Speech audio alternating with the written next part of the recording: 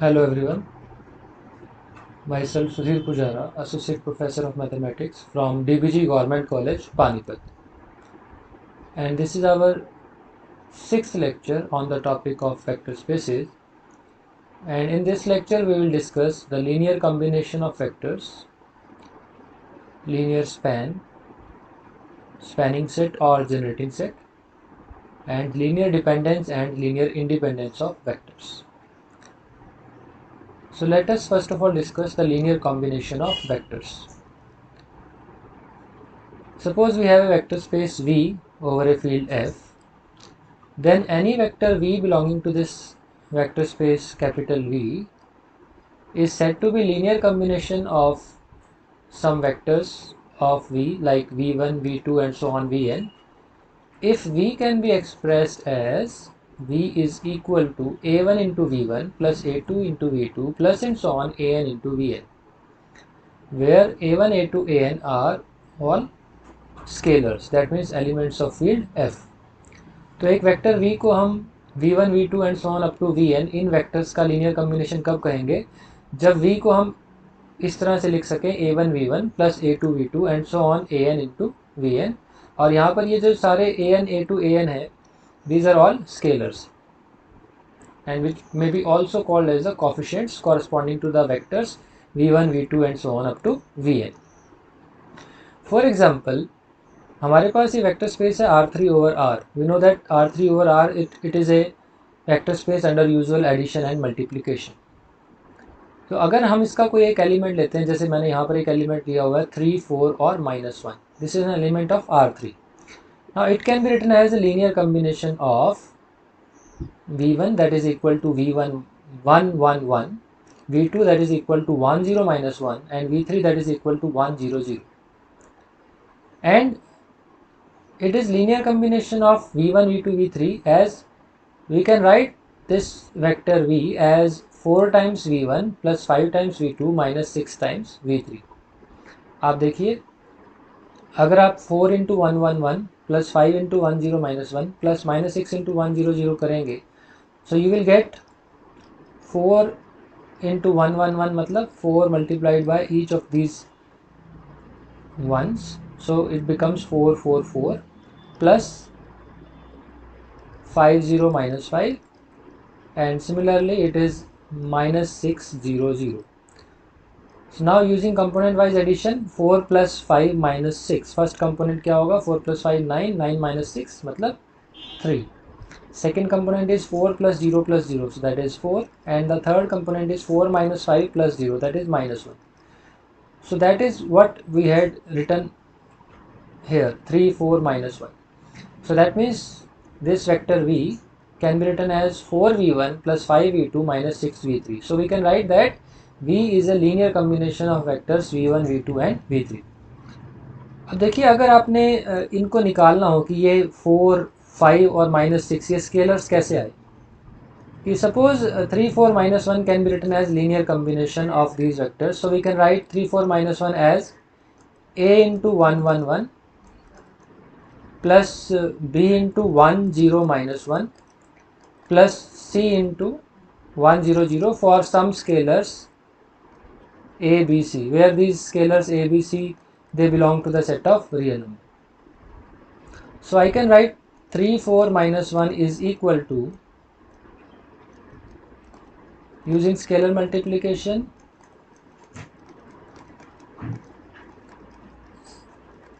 and now we are using component wise addition.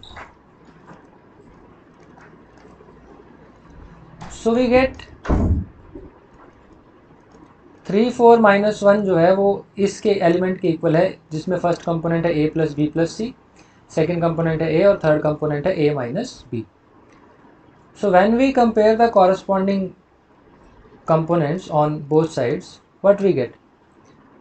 We get these equations: a plus b plus c is equal to 3, a is equal to 4 and a minus b is equal to minus 1.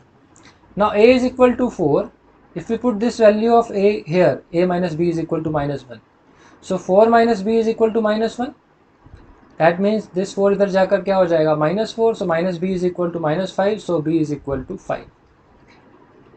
और अगर हम ये value ए और B की यहाँ put करते हैं, a is 4, b is 5, so 4 plus 5 it becomes 9, 9 plus c is equal to 3, so we get c is equal to 3 minus 9, so that is equal to -6।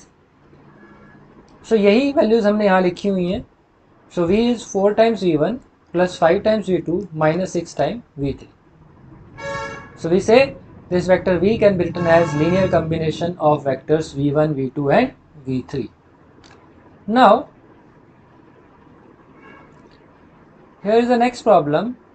Show that this polynomial 2x cube minus 2x square plus 12x minus 6 is a linear combination of these two elements of the vector space of the polynomials where the coefficient come from the set of real numbers, but you have to show that 3x cube minus 2x square plus 7x plus 8 is not a linear combination of these two given polynomials। alright, तो देखो इसको कैसे solve करेंगे।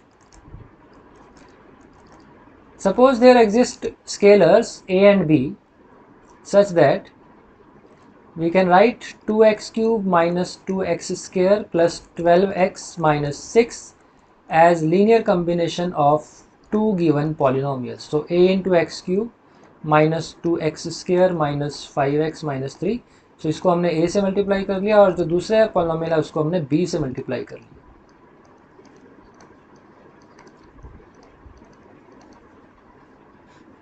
Now comparing the coefficients of the same powers of x, comparing the coefficients of x cube on both sides, what we will get? We will get a plus 3b is equal to 2।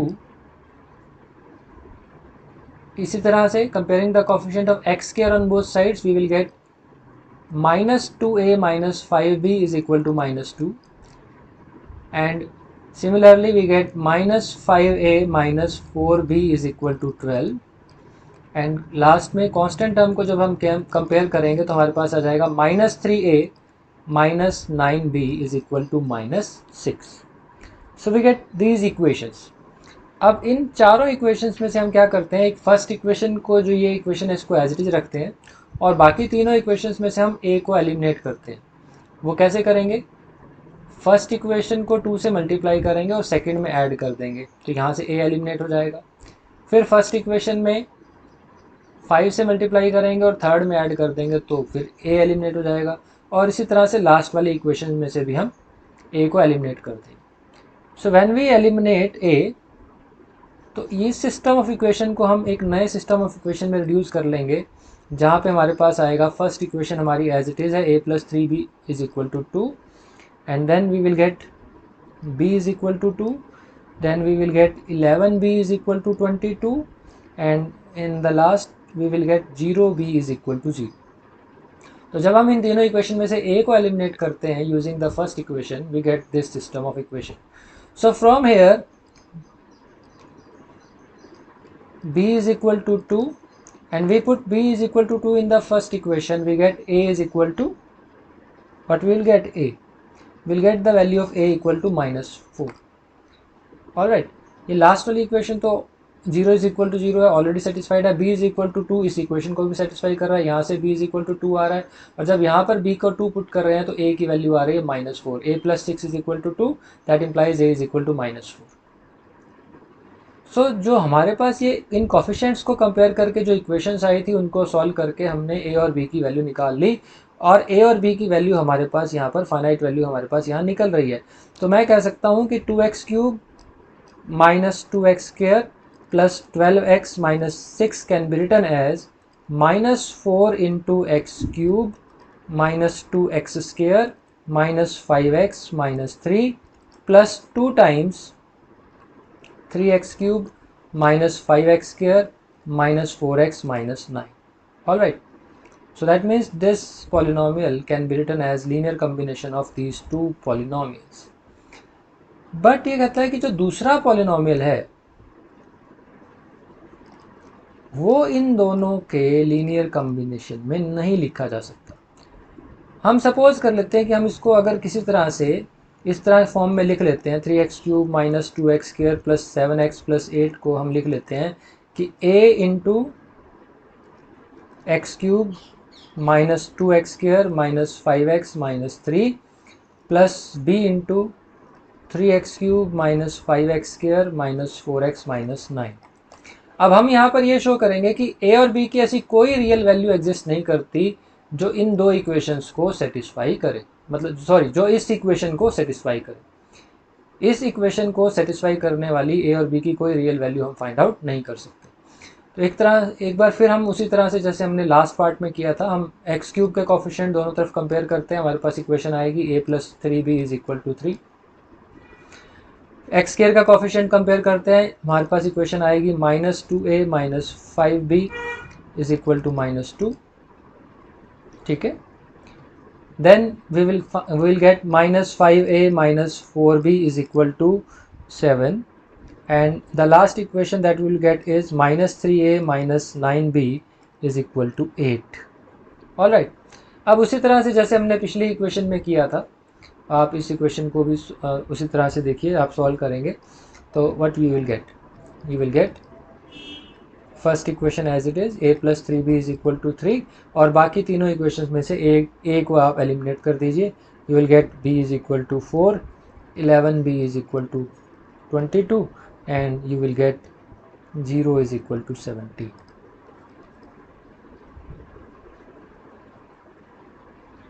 So यहाँ पर आपकी जो last equation आ रही है वो बड़ी absurd equation है, that is 0 is equal to 17 which is never possible.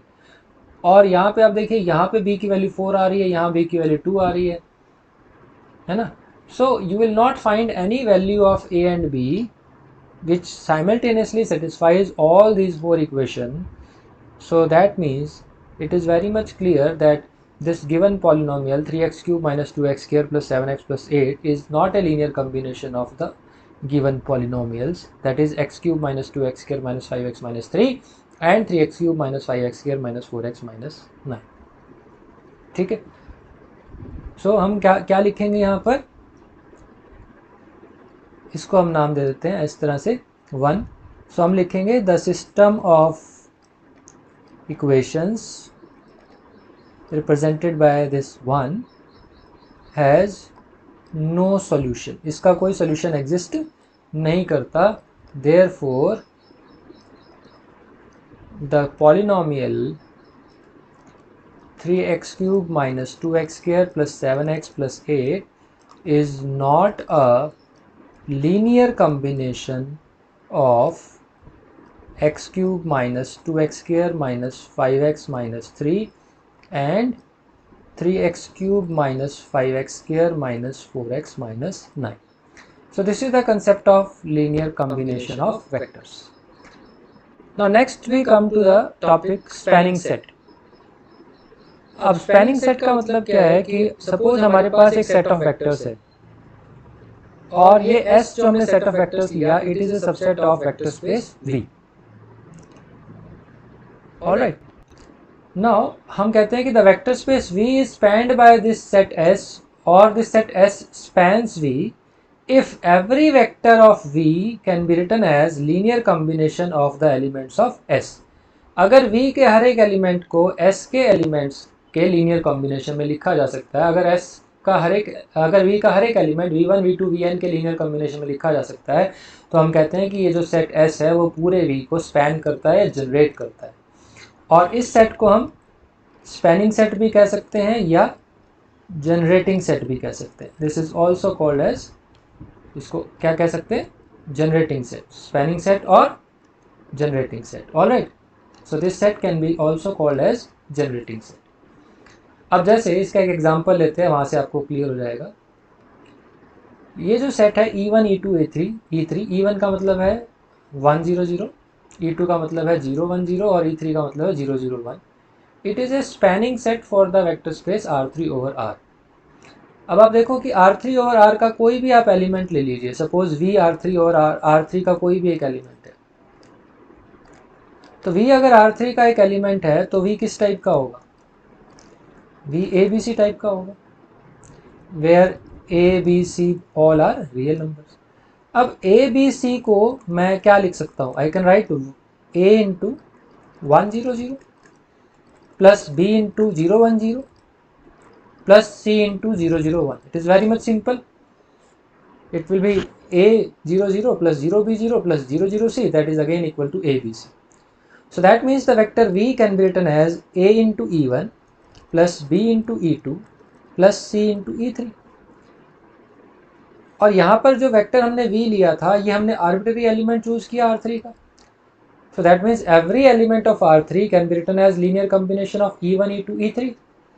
So we say that this set E1, E2, E3 is a spanning set or generating set for the vector space R3. तो ये 1 0 0 0 1 0 और 0 0 1 इन तीनों elements का जो set है वो पूरे R3 को जनरेट करता है, क्योंकि R3 का कोई भी आप एलिमेंट लो वो इन तीनों के लीनियर कॉम्बिनेशन में लिखा जा सकेगा. ठीक है, R3 का कोई भी एलिमेंट आप लेंगे वो इन तीनों के लीनियर कॉम्बिनेशन में लिखा जा सकेगा. So this is a spanning set of the vector space R3. तो ये तो बहुत ही ट्रिवियल सा स्पैनिंग सेट है 1 0 0 0 1 0 और 0 0 1. ठीक है, इसको अगर आप जनरलाइज करना चाहें तो जैसे अगर R2 की बात करें तो R2 के लिए आप 1 0 0 1 लिख सकते हैं. ये जो सेट है ये पूरे R2 को जनरेट करेगा. R4 की बात करें तो 1 0, इसी तरह से 0 1 0 0 0 0 1 0 और 0 0 0 1, ये चार वेक्टर्स का जो सेट होगा ये R4 को जनरेट करेगा. And this concept can be generalise to Rn also, है ना. इस कंसेप्ट को आप Rn तक भी जनरलाइज कर सकते हैं. ऑल राइट, नाउ अब R3 में हमने जो एक इसका ये जनरेटिंग सेट या स्पैनिंग सेट देखा जिसमें 1 0 0 0 1 0 और 0 0 1 ये इसके अंदर वेक्टर्स बिलोंग करते हैं. अब हम ये चेक करना चाहते हैं कि क्या R3 के अलावा कोई और सेट, R3 के लिए इस स्पैनिंग सेट के अलावा कोई और स्पैनिंग सेट भी हो सकता है. क्या ये 1 2 3 0 1 2 और 0 0 1 वेक्टर्स का जो ये सेट है क्या ये भी पूरे R3 को स्पैन करेगा. तो इसको भी चेक कर लेते हैं. Let a b c belong to R3. ये R3 का हमने कोई भी एक आर्बिट्ररी एलिमेंट ले लिया और इस एलिमेंट को हमने इन तीनों के लीनियर कॉम्बिनेशन की फॉर्म में लिख के देखना है. x into 1 2 3, y into 0 1 2 plus z into 0 0 1. ठीक है, तो हम यहाँ लिखेंगे कि suppose there exist x y z belonging to the set of real number such that this ABC can be written as linear combination of 1 2 3 0 1 2 and 0 0 1. अब अगर हम x y z की कुछ वैल्यूज निकाल सकते हैं जो वैल्यू यहाँ पर पुट करने पर ये ABC के इक्वल आ जाए तो हम कहेंगे कि ABC जो है, जो R3 का हमने जनरल एलिमेंट लिया है वो 1 2 3 0 1 2 और 0 0 1 के लीनियर कॉम्बिनेशन में लिखा जा सकता है. तो इसको हम ऐसे सॉल्व करते हैं. देखिए x into 1 2 3 plus y into 0 1 2 plus z into 0 0 1. इसको कैसे लिख सकते हो आप. इसको लिख सकते हो x 2x plus y 3x plus 2y plus z, ऐसे लिख सकते हैं ना. So when you compare you get x is equal to a, you get 2x plus y is equal to b and you get 3x plus 2y plus z is equal to c. So x की value a आ गई. x की value a यहाँ put करेंगे तो y की value क्या आ जाएगी. y की वैल्यू आ जाएगी b माइनस 2a. और जब x और y की वैल्यू यहाँ पुट करेंगे तो आपके पास आ जाएगा 3a plus 2b minus 4a plus z is equal to c. So you get z is equal to c plus a minus 2b. c plus a minus 2b. So x is equal to a, y is equal to b minus 2a, z is equal to c plus a minus 2b. ठीक है ना. इसका मतलब जो a b c है उसको आप क्या लिख सकते हैं. You can write a into 1 2 3 plus b minus 2a into 0 1 2 plus c plus a minus 2b into 0 0 1. So that means you have found the scalars x y z such that this vector ABC can be written as x into 1 2 3 plus y into 0 1 2 plus z into 0 0 1।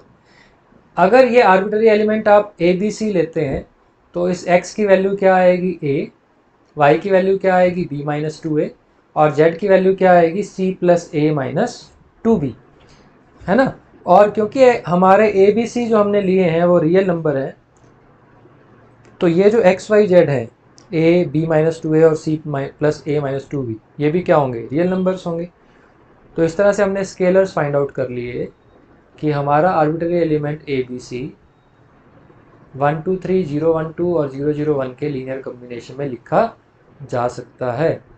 और क्योंकि ए b सी को हमने arbitrary choose किया था तो हम ये लिखेंगे कि S जो है वो पूरे R3 को स्पैन करता है या जनरेट करता है, ठीक है। क्योंकि R3 का हर एक एलिमेंट जो ABC टाइप का होगा वो 1 2 3 0 1 2 और 0 0 1 के लीनियर कॉम्बिनेशन में लिखा जा सकता है, ठीक है। अब हम बात करते हैं लीनियर स्पैन। वेक्टर स्पेस है हमारे पास V और S उसका कोई एक नॉन एम्प्टी सबसेट है। तो आप S के एलिमेंट्स के फाइनाइट सेट लेना है आपने एलिमेंट्स का, और उसके जितने भी पॉसिबल लीनियर कॉम्बिनेशन हो सकते हैं उन सब का जो सेट होगा that is called as linear span of S। इस तरह से इसको लिखते हैं LS या फिर the set generated by S। इसमें आपने क्या करना है, AIs जो हैं ये हमारे स्केलर हैं, VIs जो हैं वो सारे S के एलिमेंट हैं और N जो है वो फाइनाइट होना चाहिए। तो आपने फाइनाइट एलिमेंट्स के लीनियर कॉम्बिनेशंस का सेट बनाना है, और फाइनाइट एलिमेंट्स आपने कहाँ से चूज़ करने हैं, S में से। S के एलिमेंट्स लो आप, फाइनाइट एलिमेंट्स, उनको स्केलर से मल्टीप्लाई करो, उनके लीनियर कॉम्बिनेशंस बनाओ। ऐसे जितने भी लीनियर कॉम्बिनेशंस पॉसिबल हैं उनका हमने एक सेट बना लिया, तो वो सेट हमारा क्या बन जाएगा, दिस लीनियर स्पैन बन जाएगा, ठीक है। वो हमारा क्या बन जाएगा, लीनियर स्पैन बन जाएगा। क्लियर। अब हम बात करते हैं कि vector space V over F is said to be finitely generated. अब वेक्टर स्पेस, कोई भी जो वेक्टर स्पेस है वो फाइनाइटली जनरेटेड कब होता है, if there exist a finite subset S of V such that S generates V। S generates V, S generates V का मतलब है कि linear span of S is equal to V। इसका ये मतलब है कि लीनियर स्पैन ऑफ S जो है वो V के इक्वल होना चाहिए, और उसका क्या मतलब है कि every element of V can be written as linear combination of elements of S। हम ये कह सकें कि V का हर एक एलिमेंट S के एलिमेंट्स के लीनियर कॉम्बिनेशन में अगर लिखा जा सकता है, और S एक फाइनाइट सेट है, फाइनाइट सबसेट है V का, तब हम कहते हैं कि V is finitely generated vector space, ठीक है। अब देखो जैसे R3 ओवर R जो है ये हमारा क्या है, एक ये हमारा एक इनफाइनाइट वेक्टर स्पेस है। R3 के अंदर देखो there are infinitely many elements, है ना। R3 के अंदर फाइनाइट एलिमेंट नहीं है, there are infinitely many elements, लेकिन सिर्फ एक 3 एलिमेंट्स का सेट पूरे R3 को जनरेट करता है। अगर मैं S ले लेता हूँ E1 E2 E3, E1 E2 E3 आपको बताया 1 0 0 0 1 0 और 0 0 1। आप R3 का कोई भी एलिमेंट लीजिए वो इन तीनों के लीनियर कॉम्बिनेशन में लिखा जा सकता है। तो ये मैं लिख सकता हूँ कि linear span of S is equal to R3, क्योंकि अगर आप इनके एलिमेंट्स के लीनियर कॉम्बिनेशन लोगे तो वो कोई ना कोई R3 का एलिमेंट ही बनेगा। So I can write linear span of S is equal to R3। और इसको ऐसे भी कह सकते हैं कि R3 का हर एक एलिमेंट इन S के इन 3 एलिमेंट्स के लीनियर कॉम्बिनेशन में लिखा जा सकता है, या इनमें से किसी एलिमेंट्स के लीनियर कॉम्बिनेशन में लिखा जा सकता है। तो we can write that the set S generates the entire vector space R3। और क्योंकि ये सेट फाइनाइट है, ये सबसेट S फाइनाइट है, तो हम कह सकते हैं कि R3 is finitely generated vector space, है ना। इसके अलावा और भी जनरेटिंग सेट्स हो सकते हैं, जैसे कि हमने ऊपर अभी एग्जांपल किया था कि ये 1 0 0 0 1 0 0 0 1 ये तो R3 को जनरेट करता ही करता है। लेकिन इसके अलावा जैसे ये एग्जांपल हमने लिया जिसमें वेक्टर्स हैं 1 2 3 0 1 2 और 0 0 1, ये भी हमारा जो सेट है वो पूरे R3 को जनरेट करता है। So this is a finitely generated vector space. इसी तरह से आप ये भी कह सकते हैं कि जैसे अगर मैं बात करूं P3 ओवर R की, so this is vector space of all the polynomials जिनमें मैक्सिमम कोफिशिएंट, मैक्सिमम पावर जो रहेगी x की वो 3 रहेगी, ठीक है। सो क्यूबिक पॉलिनोमियल्स हम यहाँ पर ले रहे हैं और उनके जो कोफिशिएंट्स है वो सेट ऑफ रियल नंबर से आएंगे। तो इसमें हम अगर जनरेटिंग सेट की बात करें तो 1 x स्क्वायर और x cube,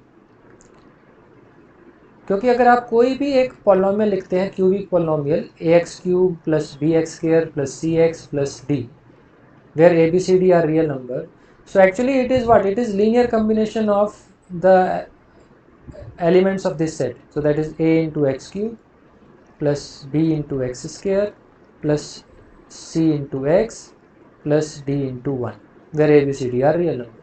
So that means हम कह सकते हैं कि ये जो सेट है, ये सेट जो हमारा इनफाइनाइट वेक्टर स्पेस है जिसमें सारे क्यूबिक पॉलिनोमियल्स आते हैं जिनके कोफिशिएंट रियल नंबर हैं, ये सेट उनको जनरेट कर रहा है। तो ये सेट हमारा यहाँ पर क्या हो गया, जनरेटिंग सेट हो गया। और हम कह सकते हैं कि ये जो वेक्टर स्पेस है this is a finitely generated vector space. Alright, so vector space हो सकता है इनफाइनाइट है, लेकिन वो फाइनाइट सेट से जनरेट किया जा सकता है। This is very important concept कि एक इनफाइनाइट वेक्टर स्पेस है बट वो जनरेट हो रहा है फाइनाइट सेट्स। R3 जिसके अंदर इतने सारे एलिमेंट हैं, इनफाइनाइटली मैनी एलिमेंट्स हैं, वो इन 3 एलिमेंट से पूरा R3 जनरेट हो रहा है 1 0 0 0 1 0 0 0 1।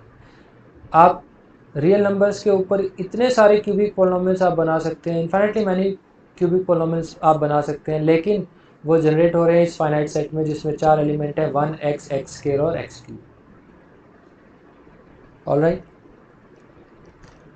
चलो अब नेक्स्ट हम जो कंसेप्ट यहाँ पर करने जा रहे हैं वो है linear dependence and linear independence of vectors.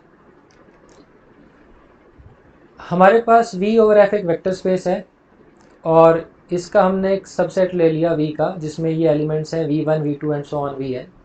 इस सेट को हम लीनियरली डिपेंडेंट कब कहते हैं? If there exist scalars a1 a2 and so on an belonging to the field F, not all 0, this is very important, not all 0, such that a1 v1 plus a2 v2 and so on an vn is equal to 0। देखो v1 v2 vn का इनका linear combination equal to 0 आने के लिए अगर a1 a2 an सारे 0 हैं तब तो इनका लीनियर कॉम्बिनेशन 0 आएगा ही आएगा, है ना। अगर सपोज मैं लिखता हूँ 0 into v one plus 0 into v two plus and so on 0 into v n, तो ये 0 के इक्वल आना ही आना है। बट अगर हमें ऐसे नॉन जीरो यहाँ पर स्केलर्स मिल जाएं a1 a2 और an, इनमें से कुछ नॉन जीरो मिल जाए बाकी बेशक 0 हो, तो हम कह सकते हैं कि ये जो v1 v2 vn का जो सेट है ये लीनियरली डिपेंडेंट होगा। v1 v2 vn इन सारों को 0 से मल्टीप्लाई करने पे इनका लीनियर कॉम्बिनेशन 0 आएगा ही आएगा। लेकिन अगर आपको ऐसे नॉन जीरो स्केलर्स मिल जाते हैं a1 a2 and so on an, जो सारे के सारे 0 नहीं होने चाहिए, उनमें से कुछ 0 बेशक हो जाए, लेकिन a1 v1 plus a2 v2 and so on an vn करने पर हमारे पास अगर 0 आ जाता है तो हम कहते हैं कि ये जो सेट ऑफ वेक्टर होगा वो लीनियरली डिपेंडेंट होगा। नॉन जीरो स्केलर्स से भी इनका लीनियर कॉम्बिनेशन 0 के इक्वल आ जाता है तो हम उस सेट ऑफ वेक्टर को लीनियरली डिपेंडेंट कहते हैं। और अगर लीनियरली डिपेंडेंट नहीं है सेट तो उसको हम लीनियरली इंडिपेंडेंट कहते हैं।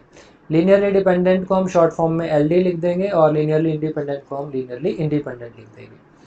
अच्छा, लीनियरली इंडिपेंडेंट की एक और हमारे पास डेफिनेशन है जिसको हम यूज़ भी करते हैं न्यूमेरिकल प्रॉब्लम्स में और कई बार थ्योरम्स की प्रूफ में भी यूज़ करते हैं कि a set of vectors v1 and so on v2 and so on vn belonging to the vector space v is said to be linearly independent if, अगर हम इनके लीनियर वेक्टर्स इन वेक्टर्स का linear combination ले लें और इसको अगर equal to 0 मान लें तो हमें शो करना है कि ये सारे जो स्केलर्स हैं वो इक्वल टू 0 आएंगे, इनमें से किसी भी स्केलर की नॉन जीरो वैल्यू पॉसिबल नहीं है। सो अगर इन सब का linear combination v1 v2 vn का लीनियर कॉम्बिनेशन 0 के इक्वल है तो इनका लीनियर कम्बिनेशन बनाने के लिए जो हमने स्केलर्स यूज़ किए हैं वो सारे स्केलर्स अगर 0 के इक्वल आ जाते हैं तो वो सेट लीनियरली इंडिपेंडेंट होगा, और अगर इनमें से कोई स्केलर नॉन जीरो आ जाता है तो वो सेट हमारा लीनियरली डिपेंडेंट होगा। So here are some remarks. An infinite set of vectors of V is said to be linearly independent। देखो हमने लीनियरली डिपेंडेंट और लीनियरली इंडिपेंडेंट की डेफिनेशन में फाइनाइटनेस यहाँ पर यूज़ की है कि एक n वेक्टर्स का सेट है वो लीनियरली डिपेंडेंट कब होगा, जब उसके कॉरस्पॉन्डिंग जो ये n स्केलर्स हैं जिसके साथ इसका लीनियर कम्बिनेशन करने पर 0 आ रहा है, अगर ये सारे 0 नहीं है तो वो सेट ऑफ वेक्टर्स हमारा लीनियरली डिपेंडेंट होगा। अब मैं इनफाइनाइट सेट के बारे में बात कर रहा हूँ कि अगर एक इनफाइनाइट सेट ऑफ वेक्टर्स है V का, वो लीनियरली इंडिपेंडेंट कब होगा, जब उसका हर एक फाइनाइट सबसेट लीनियरली इंडिपेंडेंट होगा। अगर हर एक फाइनाइट सबसेट लीनियरली इंडिपेंडेंट है तो वो इनफाइनाइट सेट भी लीनियरली इंडिपेंडेंट होगा, अदरवाइज वो लीनियरली डिपेंडेंट होगा। नेक्स्ट हम बात करते हैं a set containing only the zero vector is linearly dependent. अगर किसी सेट में सपोज S एक सेट है जिसमें सिर्फ जीरो वेक्टर है, तो ये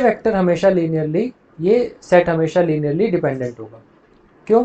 क्योंकि अगर मैं कोई भी एक फील्ड का एलिमेंट ले लेता हूँ यहाँ पर, suppose A is non zero, इसका जब हम जीरो के साथ मल्टीप्लिकेशन करते हैं तो हमारे पास क्या आएगा, जीरो आएगा। So that means we have found a non zero scalar such that A into 0 comes out to be 0. So according to the definition this set must be linearly dependent, क्योंकि यहाँ पर हमें एक नॉन जीरो स्केलर मिल गया सच that A into 0 comes out to be equal to 0. Now next, a singleton set consisting of a non-zero vector is always linearly independent. एक singleton set है हमारे पास जिसके अंदर एक नॉन जीरो वेक्टर है, तो वो हमेशा एक लीनियरली इंडिपेंडेंट होगा सेट। सो मैं यहाँ पे एक सेट ले लेता हूँ जिसके अंदर एक एलिमेंट है V and V is not equal to 0। ठीक है। Now suppose there exist a scalar A belonging to the field F such that AV is equal to 0। ना हमें पता है, ये हमने प्रॉपर्टीज ऑफ वेक्टर स्पेस में किया था कि अगर A into v equal to 0 है तो या तो स्केलर A 0 होगा या वेक्टर V जो है वो 0 होगा। But in this case the vector V is given to be non zero, ये तो पॉसिबल है नहीं। So what is the possibility that is left only, that is A must be equal to 0। तो जो स्केलर हम यहाँ पर ले रहे हैं उसकी पॉसिबिलिटी सिर्फ क्या है कि वो 0 के इक्वल होगा, और अगर ये स्केलर 0 के इक्वल है that means according to the definition this set S must be linearly independent. All right. Now, अब एक एग्जाम्पल करते हैं यहाँ पर हम। Now we have to examine the linear independence of the following set of vectors, जिसमें पहला जो सेट ऑफ वेक्टर है वो है 1 2 0 0 3 1 -1 0 1 इन R3 over R। तो सपोज हम इनका लीनियर कम्बिनेशन ले लेते हैं और उसको इक्वल टू 0 पुट कर देते हैं। Suppose there exist scalar a b c belonging to R such that A into 1 2 0 plus B into 0 3 1 plus C into -1 0 1 is equal to 0 0 0। अब अगर ए बी सी की आपके पास कोई भी नॉन जीरो वैल्यूज ऐसी आ जाती हैं जो इस इक्वेशन को सेटिस्फाई करें तो हम कहेंगे कि ये सेट लीनियरली डिपेंडेंट है। और अगर यहाँ से सिर्फ ए बी सी की वैल्यू सिर्फ 0 ऐसी वैल्यू आती है जो इस इक्वेशन को सेटिस्फाई करती है तो हम कहेंगे कि ये सेट लीनियरली इंडिपेंडेंट है। देखो इस इक्वेशन को सेटिस्फाई करता हुआ एक ट्रिवियल सोल्यूशन तो आप ये ले ही सकते हैं कि A is equal to 0, B is equal to 0 और C इज इक्वल टू 0। ये तो इस इक्वेशन को सेटिस्फाई करता ही है। अगर इसका सिर्फ यही एक सॉल्यूशन है तो आपका ये सेट लीनियरली इंडिपेंडेंट होगा। अगर इसके अलावा आपको ए बी सी की कोई नॉन जीरो वैल्यूज़ भी मिल जाती हैं जो इस इक्वेशन को सेटिस्फाई करें तब हम कहेंगे कि ये सेट हमारा लीनियरली डिपेंडेंट है। ऑलराइट। सो यहाँ से हम देखिए इसको आप लेफ्ट हैंड साइड को आप क्या लिख सकते हो, A minus c 2A plus 3B and b plus c and it is equal to 0 0 0. तो यहाँ से इक्वेशन क्या आएगी, a minus c is equal to 0, 2a plus 3b is equal to 0 और b plus c is equal to 0. ये तीन equation मेरे पास आ गई. अब यहाँ से देखो हमारे पास यहाँ से a की वैल्यू किसके इक्वल आई, c के इक्वल आई. यहाँ से b की वैल्यू किसके इक्वल आई, माइनस सी के इक्वल आई, है ना. और अगर ये दोनों वैल्यूज मैं सेकेंड इक्वेशन में पुट करता हूँ तो मेरे पास क्या आएगा, 2c minus 3c is equal to 0. That implies c is equal to 0. अब अगर ये वैल्यू आप यहाँ पुट करो तो b की वैल्यू 0 आ गई और यहाँ पे आप ये वैल्यू पुट करो तो a की वैल्यू 0 आ गई. So that means a is equal to 0, b is equal to 0 and c is equal to 0 is the only solution for this given equation given by equation number 1. Hence क्या कहेंगे हम, क्योंकि यहाँ पर जो स्केलर्स पॉसिबल हैं जिसके लिए इन तीनों का लीनियर कॉम्बिनेशन 0 के इक्वल आए वो सिर्फ 0 0 0 है. a की वैल्यू भी 0, b की वैल्यू भी 0 और c की वैल्यू भी 0. Hence the given set of vector is linearly independent. ठीक है. अब हम सेकेंड केस डिस्कस करते हैं. सेकेंड केस में हम लिख लेते हैं a into 1 1 1 plus b into 1 2 3 plus c into 0 1 2 is equal to 0 0 0. ठीक है. तो यहाँ से अब देखो हमारे पास क्या इक्वेशंस आएंगी, we will get a plus b is equal to 0. दूसरी इक्वेशन मेरे पास क्या आएगी, a plus 2b plus c is equal to 0 and the third equation that I will get is a plus 3b plus 2c is equal to 0. a plus b is equal to 0 का मतलब है a is equal to minus b. ये value यहाँ put करेंगे तो क्या आएगा, minus b plus 2b plus c is equal to 0. So that means c is again equal to minus b. और अगर ये वैल्यू हम यहाँ पुट करें तो minus b plus 3b minus 2b is equal to 0. That means 0 is equal to 0. तो इसका ये मतलब हो गया कि a is equal to minus b और c is equal to minus b जो है वो थर्ड इक्वेशन को भी सेटिस्फाई कर रहा है. अब अगर मैं b की वैल्यू कुछ भी ले लेता हूँ, suppose I take b is equal to 1, then a is equal to minus 1, b is equal to 1, c is equal to minus 1 is a solution of this equation, that is equation number 2.